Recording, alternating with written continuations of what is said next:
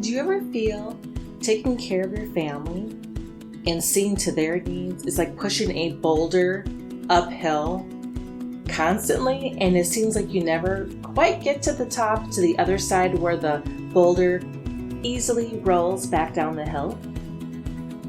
Hey friend, do the daily demands of family life leave little time for self-care? Are you losing yourself in the process of caring for others? Are you ready to make self-care and healthy boundaries a natural part of your day while embracing your roles as a wife and mom? Well, I'm so glad you're here. I'm Christina, married 17 years to a neurodiverse man, mom of 3 neurodiverse kids, and many more roles. Welcome to the Moms in Neurodiverse Families podcast. Get ready to begin your self-care journey.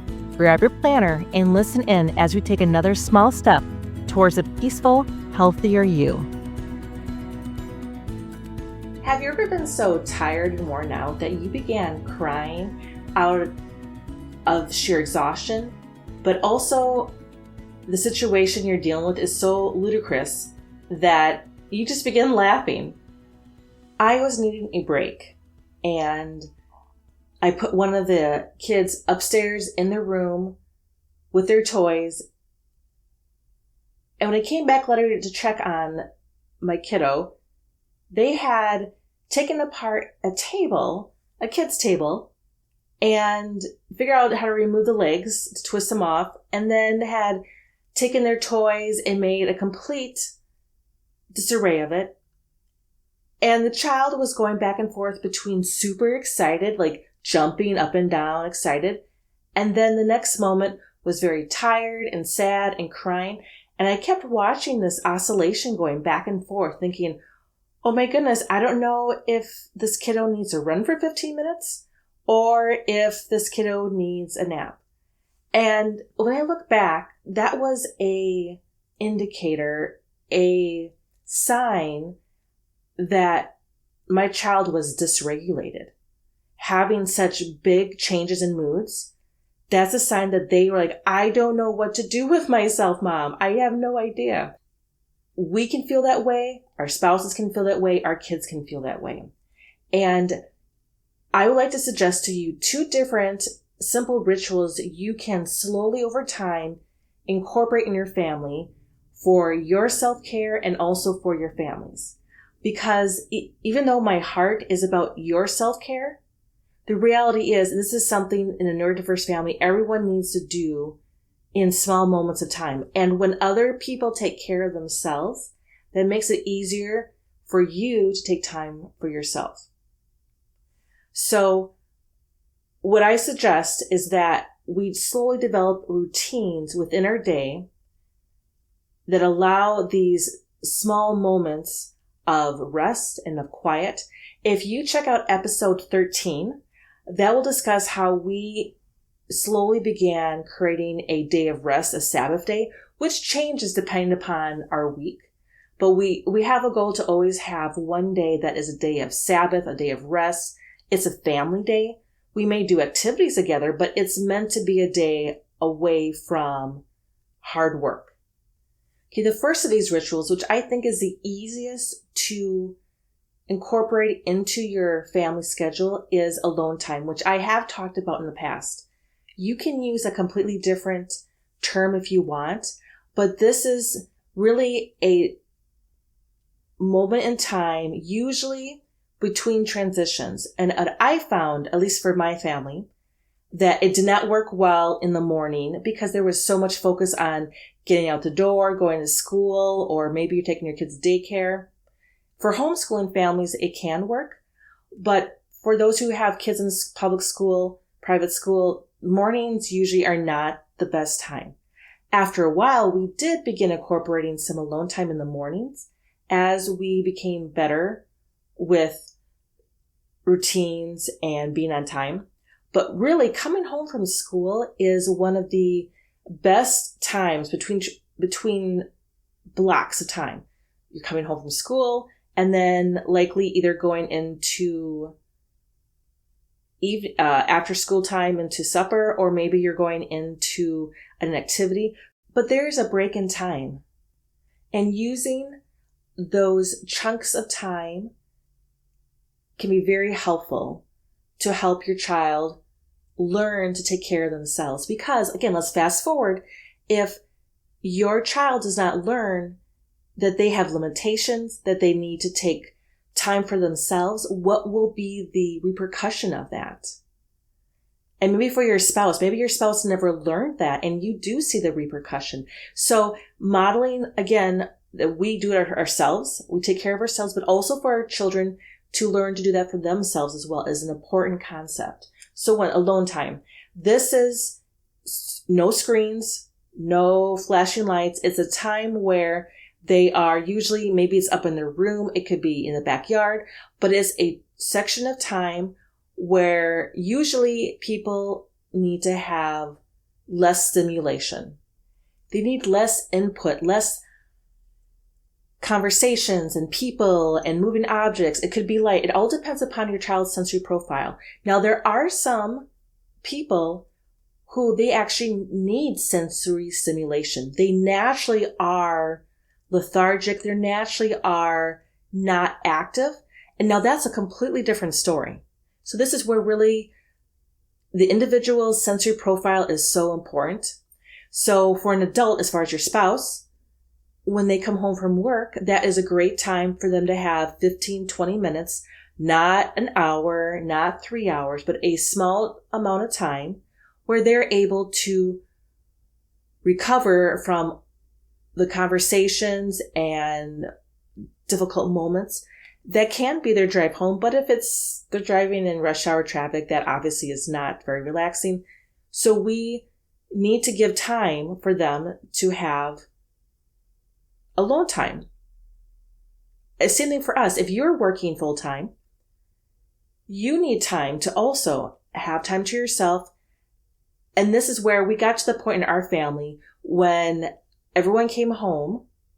We had 15 minutes where we all went to separate corners of the house. We found an area, and sometimes we had to have one kid in the living room and another kid in the bedroom when we had shared bedrooms. But we found ways that everyone got separate, and it was reading a book, it was coloring, it was drawing. It might have been just laying down outside and looking at the trees, but it was just a moment of time of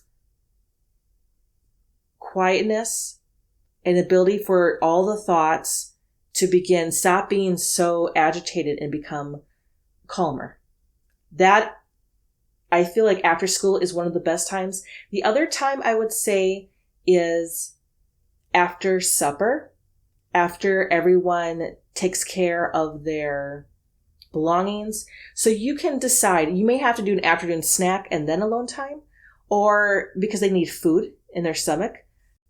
You know your child best.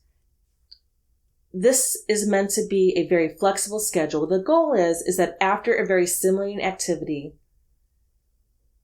whether it's work for you, your spouse, or it's your kids at school, there is that time to decompress. Okay, now the second thing is the favorite activity time. So this is something that can be very encouraging for a kid after a long, hard day. It's like, hey, listen, we need to take care of your school stuff. We need to clean up after supper. But then 30 minutes of their favorite activity time. And this is not screens, TV. This is something that they really enjoy. And sometimes if your child is very tech dependent, it will take time to develop. It will take time for them to learn to technology, because we want them to learn not to turn to screens and technology whenever they have downtime.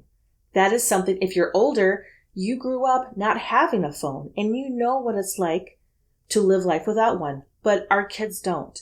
So we need to model for them, how do they do fun activities without technology? If you do not have board games, I highly suggest that you begin looking for some. You may prefer cooperative games versus competitive. When my kids were young, competitive games caused so many problems. Cheating, lying in the games, not being able to be a good sportsman when you lost the game. I think there's many great life lessons that can be learned playing games. But if your kids have so many struggles, cooperative games may be an easier way to go to begin with. And if you search online, you can easily find cooperative versus competitive games. What I did is I made a list of all the different activities that my kids enjoy. And I think this is also good for us to look at, like, how much do we have for our children that is activity-based or art-based that doesn't involve technology. So we have laser tag, we have Legos, there are wooden blocks. We have so many different, I'm trying to think of all the different activities we had. I actually made up a list because sometimes my kids would ask me and I would not know. But it's just 30 minutes of time that is no homework, no chores, that they are able to focus on a favorite activity that really brings them a lot of happiness. And the reason why is, one, our kids need to learn to take time for that, but two, to end that time. Oftentimes, it can be a struggle for kids who are neurodiverse, with whether it's autism, ADHD, sensory processing, for them to stop when they are enjoying activity. And that is the reality of life. We have to stop sometimes. And having a time they can enjoy something, but then they know they need to put it away and come back to it later on. But developing that there is this time they can really enjoy a hobby. Enjoy, maybe it's being outside and they love watercolors. They love painting animals or trees. There's so many options here, but really what we're teaching is that you're taking time to develop an activity that is for you, that you enjoy, that is not technology based. Now, oftentimes it is true that people who are neurodiverse can be very self-referencing, very self-focused, and they will oftentimes naturally seek to do activities that they want to do and avoid responsibilities. So there is this balance within a schedule where we have responsibilities that they need to do first, and then we have this time for them to enjoy an activity that is, again, a hobby focus, which in the planner I'll be releasing, that is a category called rejoicing. Something that they really just get a lot of joy out of doing. Now, starting this process, whether it's alone time after a transition change with school, or developing, this is our fun time, our favorite activity time, whatever term you want to coin it, we are showing how we live life. There are times where we work, there's times we have chores, responsibilities, and we have time we take care of ourselves. I really highly suggest the alone time first, because once, and this took some time, I probably would say everyone, it took a year to get to the point of like, yes, alone time is helpful. And where now they will tell me, Mom, I need alone time. They now know this on their own. They can sense within themselves. But it took a year for everyone to get into the habit of, wait, we're going to take time after this activity for ourselves to regulate. And then slowly we added in that favorite activity time. And as I said before, we have to make sure that there's stuff for them to do. If you don't have arts and crafts supplies or Legos, I highly suggest Facebook Marketplace or other places where you can, thrift stores, where you can go ahead and just get some of these activities for fun and watch how their creativity, like they know they have this fun time, their brains can just go into this deep dive in whatever they enjoy. And when they learn, yes, I need to do these responsibilities, but I will get this time. Eventually, the fights of doing the responsibilities will decrease. I do feel developing a favorite activity time does take more work, only because we're trying to teach our children we have this work time we do first, responsibilities first, and then we get to do these fun activities. For your kids to learn, there is a time that we're going to end this fun activity, and that creates flexibility, which I'm sure you already know. This is not a newsflash for you, but our kids struggle with flexibility. And I saw when I began adding in this schedule and they knew they were going to get this fun time, once they understood that, I saw the changes in their behaviors, knowing they were going to get this fun time, which again is helping to develop hobbies, which needs to have an ending point. We can't, as an adult, we can't do hobbies for 3-4 hours at a time. That is not sustainable. So quick recap, alone time, which again is the first one that's easiest to add to the schedule. And second is having their favorite activity time, their fun time, and having a start and an end time to that so they can learn flexibility, but also to set aside time for their self-care. Now, as they're doing this, over time, you will be able to find how you can use those moments when everyone else is taking alone time, you get alone time as well. So that is how this gives back to you. As everyone else is taking 15-20 minutes of quiet, you get to do the same too. Now, the tricky part is not to do those extra dishes or laundry during those quiet moments and actually walk away and take time for yourself. I hope this is helpful to you. I would love to hear from you. Send me a message, whether through Instagram or Facebook, and I look forward to talking to you next time. Hey, thank you for joining me today. I pray this episode gave you encouragement to take one small step. If so, please leave a 5-star review on Apple Podcasts to help other women find this show. By the way, if you're loving this conversation and want more encouragement like this, join my email list at bit.ly/myselfcare. That is bit.ly/myselfcare. I have a planner launching soon that will help you put all this into action in your own life. I look forward to chatting with you again next week for another episode.